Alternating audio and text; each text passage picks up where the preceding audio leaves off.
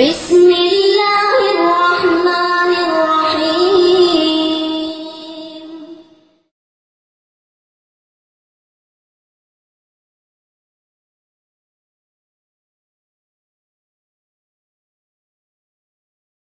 اللہ عنہما قال قال النبي صلی اللہ علیہ وسلم ان اللہ لا يجمع امت محمد على الزلالة عن علی رضی اللہ عنہ قال قلت یا رسول اللہ ان نزل بنا امر ليس فيه بيان امر ولا نهي فما تأمرنا فقال رسول الله صلى الله عليه وسلم تشاورون الفقهاء اللهم صل على محمد وعلى آل محمد كما صليت على إبراهيم وعلى آل إبراهيم إنك حميد مجيد اللهم بارك على محمد وعلى آل محمد كما باركت على إبراهيم وعلى آل إبراهيم إنك حميد مجيد میرے نہایت معزز علماء کرام، خصوصاً میرے استاد محترم حضرت مولانا شیخ الحدیث زاہد الراشدی صاحب دامت برکاتہ اور میرے استاد زادہ حضرت مولانا عبدالحق خان بشیر صاحب دامت برکاتہم، شیخ القرآن و تفسیر حضرت مولانا صوفی عبدالحمید سواتی رحمہ اللہ کے صاحبزادے حضرت مولانا محمد ریاض خان سواتی صاحب اور دیگر علماء کرام جو اس وقت اسٹیج پہ تشریف فرما ہیں، اور ہمارے معزز اور گرامی قدر سامعین، آپ حضرات کے علم میں ہے ہمارے آج کے سیمینار کا عنوان ہے امام اعظم ابو حنیفہ نعمان بن ثابت سیمینار۔ اس عنوان پہ مجھ سے قبل آپ حضرات نے مفصل گفتگو سماعت فرمائی حضرت مولانا عبدالحق خان بشیر دامت برکاتہم کی اور حضرت استاد محترم علامہ زاہد الراشدی صاحب دامت برکاتہم کی۔ ابھی انشاءاللہ میرے بعد آپ حضرات کے سامنے مفصل گفتگو فرمائیں گے حضرت علامہ ڈاکٹر خالد محمود صاحب دامت برکاتہم۔ اللہ ان حضرات کی عمروں میں برکت عطا فرمائے اور ہمیں اپنے ان اکابر اور مشائخ کے ساتھ استفادہ حاصل کرتے ہوئے ان کے ساتھ وابستہ رہ کر مسلک اور دین کی خدمت کرنے کی توفیق عطا فرمائے۔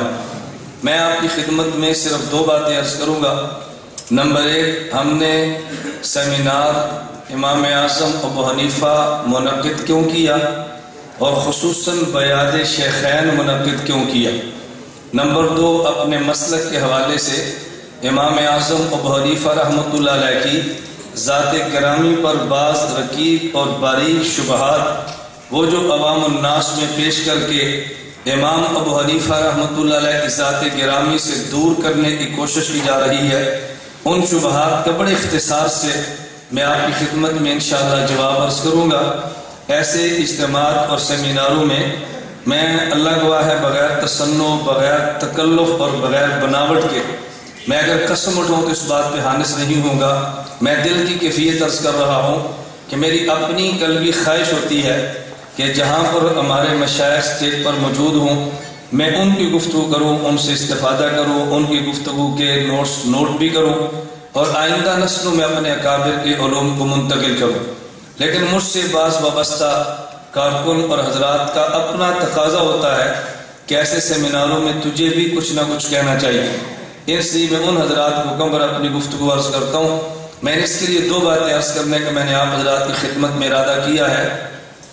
حضرت امام اعظم ابو حنیفہ رحمۃ اللہ علیہ کے نام پہ سیمینار تو اس لیے منعقد کیا گیا، عموماً یہ دھوکہ دیا جا رہا ہے، نمبر ایک ذات خدا، نمبر دو ذات مصطفیٰ، کلام خدا بندی اور حدیث پیغمبر، اس کے بعد کسی بھی چیز کی امت کو ضرورت نہیں۔ اور جو بندہ اللہ اور اللہ کے پیغمبر کے بعد ائمہ فقہا کی بات کرتا ہے وہ گویا کہ شرک فی الرسالت کا ارتکاب کرتا ہے، اور جو شخص قرآن اور حدیث کے بعد فقہ کی بات کرتا ہے وہ قرآن اور حدیث کے نام پہ آنے والے دین کو ناقص دین تصور کرتا ہے۔ میری اس وقت آپ حضرات کے سامنے بحث فقہ حنفی، فقہ شافی، فقہ مالکی، فقہ حنبلی کی نہیں ہے، میں مطلق فقہ کی بات کرتا ہوں اور میں وہ جملہ دہرانا چاہتا ہوں جو علامہ ڈاکٹر خالد محمود دامت برکاتہم نے مجھے یہ بات وصیتاً کے یہ حکماً فرمائی کہ امت میں فقہ کا اتنا تذکرہ کرو کہ لوگ جس طرح قرآن کریم کو لفظ مقدس سمجھتے ہیں، حدیث مبارک کو لفظ مقدس سمجھتے ہیں اور اس کے خلاف بولنے کو جرم سمجھتے ہیں، فقہ کا اتنا تذکرہ کرو کہ لوگ فقہ کو مقدس سمجھیں اور اس کے خلاف بولنے کو جرم سمجھیں۔ آگے امت کی مرضی ہے وہ فقہ حنفی کو لے لے، فقہ مالکی کو لے لے، فقہ شافعی کو لے، فقہ حنبلی کو لے، لیکن فقہ کا انکار تو نہ کرے نا۔ ہماری دعوت صرف یہ نہیں کہ آپ فقہ حنفی پہ آؤ۔ ہمارے ملک میں جو کہ دارالفتاح، ہمارے ملک کے مفتی، ہمارے ملک میں جو کہ امام اعظم ابو حنیفہ رحمۃ اللہ علیہ کے مقلدین کی کثرت ہے، ہم اس ملک میں رہتے فقہ حنفی کی بات کھل کر کرتے ہیں۔ باقی جن ممالک میں دوسری فقہ ہیں، ہمیں اللہ گواہ ہے ذرہ بھی ان پر کوئی ایسا اعتراض یا شک و شبہ نہیں کہ ہم ان سے ہٹ کر امت کو دعوت دیں۔ خیر میں عرض کر رہا تھا، ہم اس لیے امام ابو حنیفہ رحمۃ اللہ علیہ کا تعارف ملک پاکستان اور دنیا بھر میں کروا رہے ہیں کہ جس طرح قرآن کریم اللہ کا کلام ہے، حدیث مبارک میرے پیغمبر کے ارشادات، اعمال، تقریرات کا مجموعہ ہے، قرآن کریم اور حدیث سے اصول کو اخذ کیا، اصولوں کو نکالا، پھر ان اصولوں سے مسائل نکال کے امت کو جس شخص نے سب سے پہلے دیے اور پھر اپنے اصول، ضوابط اور فروعات کو مدون کر کے دیا، اس امت کا سب سے بڑا محسن، سب سے پہلا شخص وہ حضرت امام اعظم ابو حنیفہ نعمان بن ثابت ہے۔ اور یہ ہماری رائے نہیں ہے، یہ امام سیوطی رحمۃ اللہ علیہ جیسے شافی عالم کی رائے ہے۔ انہ اول من دون علم الشریعہ ورتبہ ابوابا فہو ابو حنیفہ، کہ سب سے پہلے شریعت کو ابواب میں تقسیم کر کے مدون کر کے امت کو دینے والے شخص کا نام امام اعظم ابو حنیفہ نعمان بن ثابت ہے۔ اور فقیہ اعظم کے القاب ہم نے دیے، جو لقب دیے تھے ہم نے امت کے آگے منتقل کیے ہیں۔ خیر میں نے عرض کیا کہ میں اس میں مفصل بحث نہیں کر رہا، میری گفتگو آپ ذرا سنتے رہتے ہیں، ہماری خواہش ہے کہ ہم اپنے اکابر کی گفتگو مفصل سنیں۔ میں نے عرض کیا ہم نے اس لیے امام اعظم ابو حنیفہ کے نام پہ سیمینار ملک بھر میں منعقد کرانے کا ارادہ بھی کیا ہے۔ ہم ضلع وائز ان سیمینارز کو منعقد کرا بھی رہے ہیں تاکہ حضرت امام اعظم ابو حنیفہ رحمۃ اللہ علیہ کی شخصیت کو امت کے سامنے نمایاں کیا جائے، امام صاحب کے کردار کو بیان کیا جائے، امام صاحب کے علوم کا تذکرہ کیا جائے، امام صاحب کے استنباط استخراجات کا تذکرہ کیا جائے، جو امام صاحب نے قانون اور نظام شریعت مدون کر کے امت کو دیا ہے اس کو کھول کے عوام کے سامنے لایا جائے اور یہ بتایا جائے ہم قرآن پہ ایمان بھی رکھتے ہیں، حدیث مبارک پہ غیر متزلزل ایمان بھی رکھتے ہیں، لیکن اتنی اہلیت نہیں رکھتے کہ قرآن کریم سے مسائل نکالیں، احادیث سے مسائل نکالیں۔ ضرورت اس بات کی دی کہ ایسے شخص کو انتخاب کیا جاتا اور اس کو اپنا امام مان لیا جاتا جو اس سے قبل اس موضوع پہ محنت کر کے امت کو مسائل دے چکے ہیں۔ ہر روز نئی نئی تحقیقات پیش کر کے امت کو مزید فرقہ واریت کے طوفان کے اندر نہ بہایا جائے، مزید ٹکڑوں میں نہ تقسیم کیا جائے۔ امت کو فرقہ واریت سے بچانے کے لیے اس کا حل یہ ہے امت سچ پر اعتماد کرے اور اس سچ کی بلا تکی باتیں چھوڑ دے۔ جدہ وہاں عزیزی احمد تمشائی میں میرا بیان تھا، اس میں ڈاکٹر صاحب مجھ سے سوال کرنے لگے کہ مولانا عمر صاحب آپ یہ بتا سکتے ہیں علماء حق اور ذاکر نائک میں کیا فرق ہے؟ میں نے کہا میں ڈاکٹر صاحب آپ کی زبان میں عرض کرتا ہوں جو سرچ اور ریسرچ میں فرق ہے وہ ذاکر نائک اور علماء حق میں فرق ہے۔ ڈاکٹر صاحب فرمانے لگے کہ میں بات کو سمجھا نہیں ہوں۔ میں نے کہا عزیزیہ میں تمہارے قریب یہاں پہ اتحاد سٹیڈیم موجود ہے جہاں سعودی عرب کی ٹیمیں فٹ بال کھیلتی ہیں، اور رات کی تاریکی میں رات کی ظلمت اور تاریکی ختم کرنے کے لیے بڑی لائٹیں منصب کرتے ہیں تاکہ ٹیم اچھی طرح کھیلے۔ بتاؤ اس لائٹ کا نام کیا ہے؟ مجھے کہتے ہیں سرچ لائٹیں۔ میں نے کہا اگر کوئی کھلاڑی گیند کو لے اور گول کرتا ہوا جب قریب پہنچے اور ایک نوجوان اٹھے اور لائٹ کو آف کرے پھر آن کرے، اس کو تم کیا کہو گے؟ کہتے ہیں ریسرچ۔ میں نے کہا سرچ لائٹ لائٹ کو ریسرچ کرنے سے کہ فٹ بال کی کھیل ٹھیک ہوگی یا بگاڑ پیدا ہوگا. کہتے جی فٹ بال کی کھیل تو خراب ہو جائے گی. میں نے کہا جس نوجوان اس لائٹ کو ریسرچ کیا ہے اس کو اچھا سمجھو گے یا برا؟ کہتے ہم تو بیوقوف کہیں گے. میں نے کہا پھر علماء حق کا موقف یہ ہے کہ جس مسئلے پہ عہد صحابہ سے لے کے آج تک 1400 سال کے فقہا سرچ کر چکے ہیں، ان مسائل میں ریسرچ کرو گے تو شریعت کا نظام ایسے بگڑے گا جیسے لائٹ کو ریسرچ کرنے سے اتحاد اسٹیڈیم میں فٹ بال کا نظام بگڑتا ہے. میں نے کہا ہم یہ نہیں کہتے ہم تحقیقات کے مخالف ہیں، لیکن جس مسئلے پہ 1400 سال کے فقہا نے سرچ کر دی ہے اس میں ریسرچ نہ کرو. جو کیس مضبوط سپریم کورٹ بھی فیصلے کر دے ان کیسوں کو مزید سول جج ری اوپن کرے، اس جج کو بیوقوف کہتے ہیں، عقل مند کوئی نہیں کہتا. جس پر سپریم کورٹ کا فل بینچ فیصلہ کر چکا ہو اس میں سول جج کہے میں اس کیس کو ری اوپن کرتا ہوں، جس طرح اس کو بیوقوف کہتے ہیں. تو جس مسئلے پہ حضرت فاروق اعظم کی رائے بھی آ چکی ہو، ائمہ اربعہ کی رائے بھی آ چکی ہو، یہ سب 3 طلاق کو 3 قرار دے چکے ہوں، اگر اس کو 3 طلاق کو 1 کہنے کے لیے ذاکر نائک اس کو ریسرچ کرے گا، ہم یوں کہیں گے جیسے سپریم کورٹ کے فیصلوں کو سول جج ری اوپن کرے، اس کے فیصلوں پر کوئی توجہ نہیں دیتا، ہم اس کے فیصلے پر بھی کوئی توجہ نہیں دیتے. اتنی جلدی متاثر ہونا ہماری سمجھ سے بالا ہے. 8 جنوری کو لاہور سیمینار کا میں نے لاہور کے وکلاء سے عرض کیا تھا. میں نے کہا عجیب بات یہ ہے، ہمارا جرم یہ ہے ہم پگڑی باندھ کے داڑھی رکھ کے مصنون لباس کو میڈیا پر آئیں، تمہاری انگلیاں اٹھتی ہیں، اور 3 پیس میں کوئی ڈاکٹر ہے تم اس کو محقق مانتے ہو. 3 پیس اور پگڑی کو نہ دیکھو، تم یہ دیکھو پیغمبر کا لباس کیا تھا اور پیغمبر کی بات کون کرتا ہے. ہماری کچھ کمزوریاں ہیں، مالی وسائل کی ہمیں حاجت ہے، اور میں بالکل کھلے عام یہ بات کہہ رہا ہوں بغیر کسی ڈر اور خوف کے. جس دن حق جل مجدہ نے ہمیں مالی وسعت عطا فرمائی، ہم صرف چینل کا اعلان نہیں کریں گے، باقاعدہ چینل کا آغاز بھی کریں گے انشاءاللہ. ہمارے اسباب کی کمی ہے، وسائل کی کمی ہے، اور میں ساتھ بھی کہتا ہوں کھلے عام چندے کی بھیک تو نہیں مانگتے، دعوت ضرور دیتے ہیں. اگر کم میں کوئی شخص موجود ہو ہمارے سر پہ ہاتھ رکھے. میں نے کئی بار کہا بحمداللہ تعالیٰ دبئی تک میں ذاکر نائک کے میزبانوں سے ملاقات کر چکا ہوں. میں دبئی کے سفر میں گیا، ذاکر نائک اس میزبان سے ملا جس نے کراچی میں اس کو پیس ٹی وی بنوا کے دیا تھا. میں نے اس سے کہا میں بہت بڑا جرم کیا ہے. میں نے بات سمجھائی، بات اس کو سمجھ آئی. مجھے وہ کہنے لگا اس جرم سے تو میں توبہ کرتا ہوں، اس کا کفارہ کیا ہو سکتا ہے؟ میں نے کہا میں کفارے کی مثال صحابہ کرام رضی اللہ عنہم اجمعین کی دوں گا. مجھے کہتے ہیں کون سی مثال؟ میں نے کہا جب وحشی نے کلمہ نہیں پڑھا تھا حضرت حمزہ کو شہید کیا، جب کلمہ پڑھا مسلمہ کذاب کو قتل کیا. ان کی تمنا یہ تھی کہ جب تک مسئلہ نہیں سمجھ آیا، میں نے جتنا بڑا جرم کیا تھا جب مسئلہ سمجھ آ گیا اتنی بڑی نیکی کرنا چاہتا ہوں. میں نے کہا جب تک تجھے حقائق نہیں کھولے تھے اس کو چینل کھول کے تم نے جرم کیا تھا، اگر بات سمجھ آ گئی ہے اب مجھے چینل دے کے اس کا کفارہ ادا. میں نے کہا جی غور کرتے ہیں. میں نے کہا ہم بھی منتظر ہیں غور کرنے کے، ہم اپنی بات کھلے ہم چلاتے رہیں گے. اور بحمداللہ تعالیٰ میں آپ حضرات خدمت میں عرض کرتا ہوں ہم نے لاہور میں اسٹوڈیو شروع کر دیا ہے، 3 منزلہ مکمل ہو گئی ہے.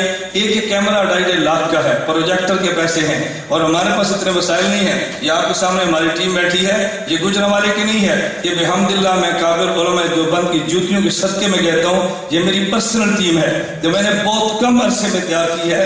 اور میرے کابر کا دست شفقت ہمارے سر پہ رہا. ہم انشاءاللہ بہت جلد حنفیت اہل سنت والجماعت کے موقف کو میڈیا پر ضرور لائیں گے انشاءاللہ. اور آپ توجہ بھائی، میں نے کئی بار آپ سے گزارش کی ہے کہ ہمارا مزاج جلسوں میں نعرے کا نہیں ہے.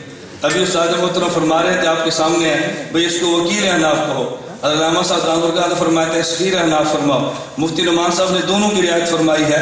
میں یہ بات کیوں کہہ رہا ہوں بھئی اگر ہم مسلک کی وکالت کریں تو خطیب کو جلسے میں شور چاہیے، وکیل کو اپنے جلسے میں سناٹا اور خاموشی چاہیے.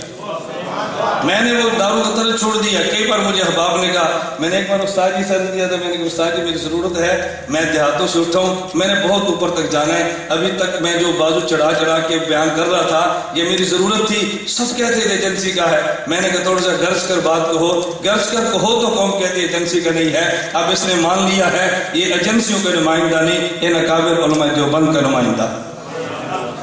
اور انشاءاللہ میں نے عرض کیا، میں بھی کارگزاری عرض نہیں کر رہا، پھر کسی وقت میں آپ کی خدمت میں عرض کروں گا ہمارا کام کہاں سے چلا تھا کہاں تک پہنچا ہے۔ ایک میں نے گزارش کی ہے، حضرت امام اعظم ابو حنیفہ کے نام پہ ہم سیمینار کیوں منعقد کرتے ہیں؟ تاکہ امت کو پتہ چلے کہ قرآن کریم پر بھی ہمارا اعتماد ہے، حدیث مبارک پر بھی اعتماد ہے، اور اس کی تشریح جو ائمہ فقہا نے کی ہے اس فقہ پر بھی ہمیں اعتماد ہے۔ ہم ذات خدا کو مانتے ہیں، پیغمبر کو بھی مانتے ہیں، اور ان کے کلام کی تشریح کرنے والے ائمہ فقہا کو مانتے ہیں، اور ان کے سب سے بڑے امام اور سید الفقہا امام اعظم ابو حنیفہ رحمۃ اللہ علیہ کی ذات گرامی پر ہم بلا شبہ اور بلا کسی دل میں تصور اور وسوسہ آنے کے بالکل برملا کھلا اعتماد کرتے ہیں۔ ہمیں امام ابو حنیفہ کی ذات گرامی سے کوئی کاٹنا چاہے بھی تو انشاءاللہ نہیں کاٹ سکتا انشاءاللہ۔ امام ابو حنیفہ کی حیثیت میں ایک جملے میں بات بند کرتا ہوں، سراج الامت کی ہے۔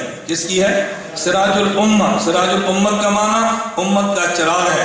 دیکھو لائٹ جل رہی ہے، اگر یہاں حروف لکھے ہوں گے آپ کو نظر آئیں گے، لائٹ کو بند کر دو، الفاظ پھر بھی لکھے ہوتے ہیں مگر نظر نہیں آتے۔ تو جس طرح لائٹ جلنے سے لفظ لکھے نہیں جاتے، لکھے ہوئے الفاظ نظر آتے ہیں۔ امام ابو حنیفہ نے امت کو نئے مسائل نہیں دیے، جو مسائل قرآن حدیث کی تہ میں چھپے تھے، ابو حنیفہ کا چراغ جلا ہے تو امت کو نظر آئے، کوئی نئی تحقیقات نہیں ہے۔ اور میں استاد محترم علامہ زید الراشد صاحب دامت برکاتہم کا لاہور کے ایک جلسے میں تذکرہ اکابرین علماء دیوبند کے ہونے والے خطاب کا ایک چھوٹا سا اقتباس نقل کرتا ہوں۔ میری عادت ہے میں اپنے مشائخ کے علوم کو آگے نقل کرتا ہوں۔ استاد فرمانے لگے، دیوبندیت مستقل الگ نئے مسلک کا نام نہیں ہے، بلکہ عہد پیغمبر کے دور سے جو مسلک چلا ہے اس کے تحفظ اور اس کے تسلسل اور اس کی اشاعت کا نام دیوبندیت ہے۔ دیوبند کو مستقل الگ مسلک نہیں ہے، انہی تشریحات کو لیا اور امت کے سامنے بیان کیا۔ نمبر ایک بات میں عرض کر رہا تھا، اسی کا دوسرا جز میں نے عرض کیا، ہم نے بیاد شیخین کیوں رکھا ہے؟ ہماری تمنا، ہماری حسرت، ہماری آرزو اور ہماری قلبی خواہش یہ ہے کہ ہم گزشتہ اکابر کے ساتھ وابستہ رہیں اور نئے اکابر کی چھتری میں رہ کر کام کریں۔ اس لیے ہم نے شیخین کی یاد میں رکھا تاکہ حضرات کے علم میں آئے ہماری وابستگی امام اہل سنت والجماعت شیخ الحدیث و تفسیر حضرت مولانا محمد سرفراز خان صفدر رحمۃ اللہ علیہ سے ہے، شیخ التفسیر والحدیث حضرت روفی مولانا عبدالحمید سواتی رحمہ اللہ کی ذات گرامی سے ہے۔ ہم ان کے ماننے والے ہیں اور جن کے نقش قدم پہ چلیں گے وہ ہمارے اکابر اسٹیج پر موجود ہیں۔ ہم نے بیعت اپنے اکابر رکھا ہے، سٹیج پر اپنے اکابر کو بلایا ہے، یہ بتانے کے لیے ہمارا ان سے تعلق تھا، اب ان کے ساتھ ہے، ہم ان کو بھی مانتے ہیں ان کو بھی مانتے ہیں، ان کی تحقیقات پر اعتماد کرتے ہوئے انہی تحقیقات کو لے کر چلیں گے، اور ہدایت ہم انشاءاللہ جسے کہتے ہیں رہنمائی اپنے ان مشائخ سے لیں گے۔ ہم ان کے دست شفقت کو اپنے سر پہ رکھتے ہوئے کام کرنا چاہتے ہیں۔ دعا فرمائیں کہ ہمیں اپنے اکابر کے ساتھ وابستہ رہنے کی توفیق عطا فرمائے۔ میں اس لمبی سی بحث کو دو جملوں میں سمیٹتا ہوں۔ اتحاد اہل سنت والجماعت کا پروگرام یہ ہے، ہم غیر سے کسی حال میں کمپرومائز نہیں کر سکتے اور اپنوں کو کسی حال میں نہیں چھوڑ سکتے۔ ہم باطل سے کسی حال میں کمپرومائز نہیں کر سکتے اور ہم اپنوں کو کسی حال میں چھوڑ نہیں سکتے۔ خدا کی قسم اٹھا کر میں یہ بات اپنی وجدان کی بنیاد پہ کہتا ہوں، اپنے اکابر کی موجودگی میں۔ مسلک اہل سنت والجماعت احناف دیوبند اتنی بڑی طاقت ہے، اگر یہ مجتمع ہو کر کام کرے تو دنیا کی کوئی طاقت ان کو روک بھی نہیں سکتی، اور ہمیں اس لیے دنیا میں کسی اور کے سہارے کی ضرورت بھی نہیں۔ ہم اپنی طاقت کسی اور کے کندھے پہ، اپنی طاقت کسی اور کے کھاتے میں کیوں ڈالیں؟ یہ ہماری سمجھ سے بالا ہے۔ تو ہم غیر کو برداشت نہیں کرتے اور اپنوں سے ہٹ نہیں سکتے۔ آپ اس پروگرام کی تائید فرماتے ہیں؟ بولیے بھی تائید فرماتے ہیں نا؟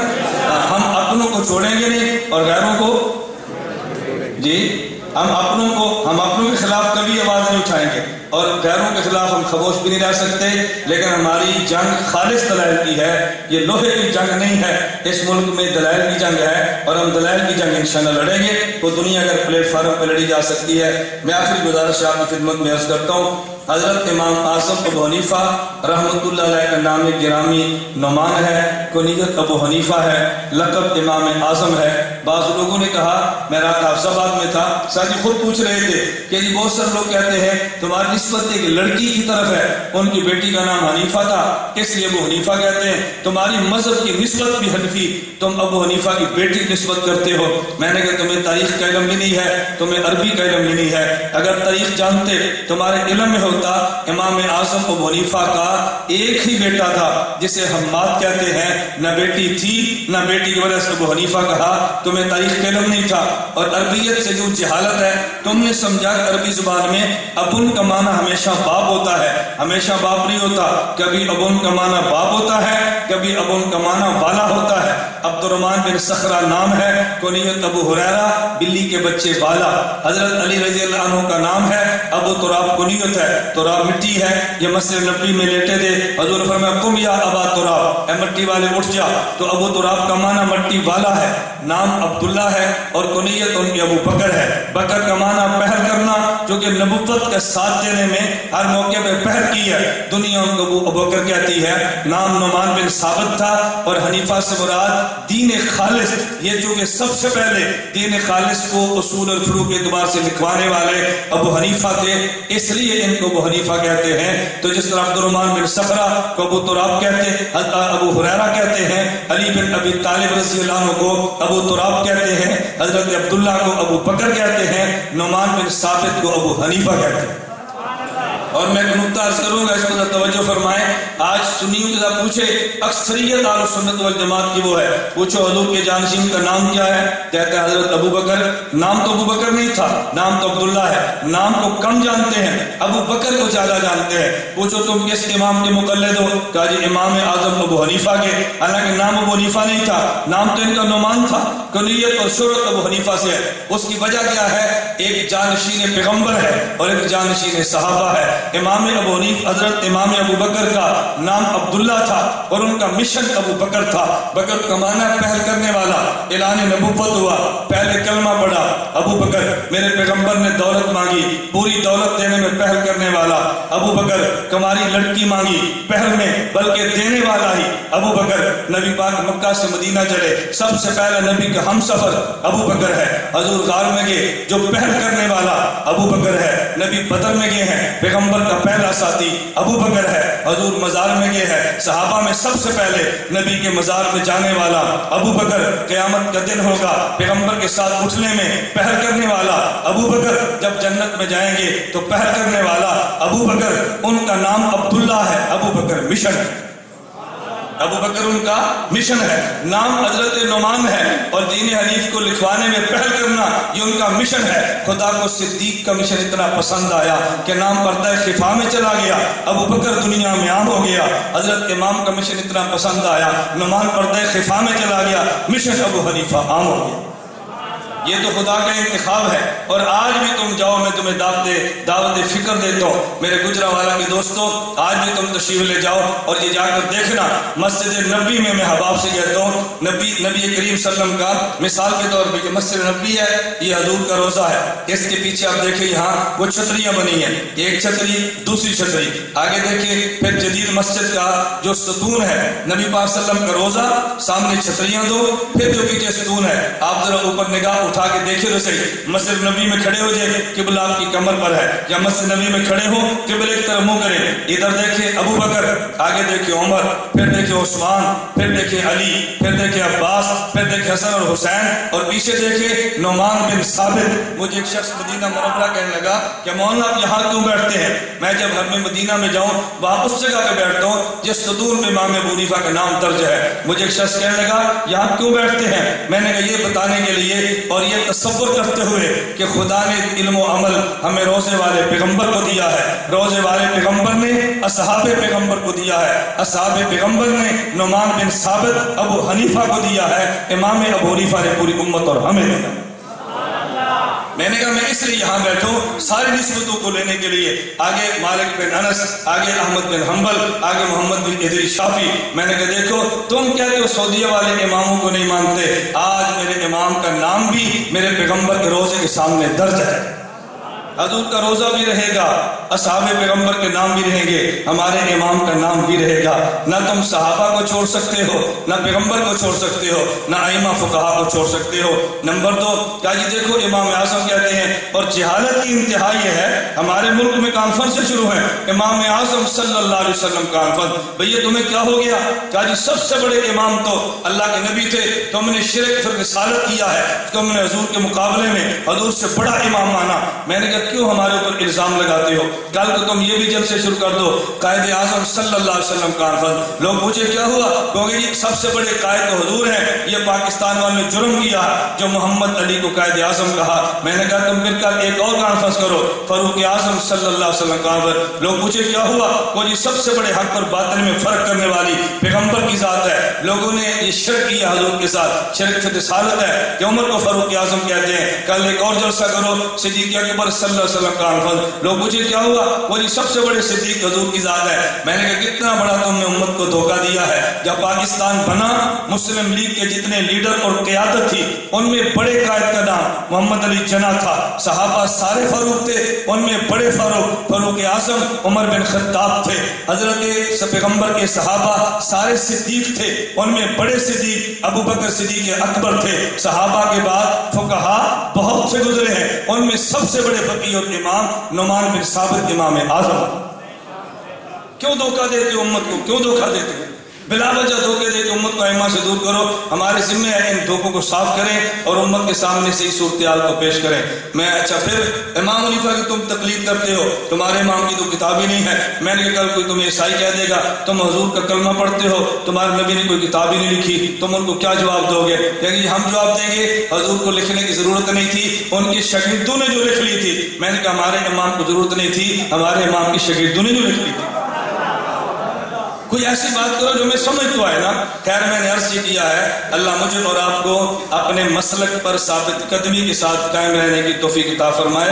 اللہ میں عافیت کے ساتھ دین کی خدمت کے لیے قبول فرمائے۔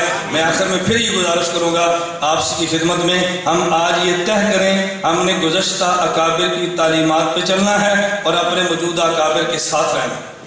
آپ طے کرتے ہیں جس کو ہماری یہ پالیسی پابند ہے ہماری تعریف فرماؤ۔ اللہ سب کو توفیق عطا فرمائے۔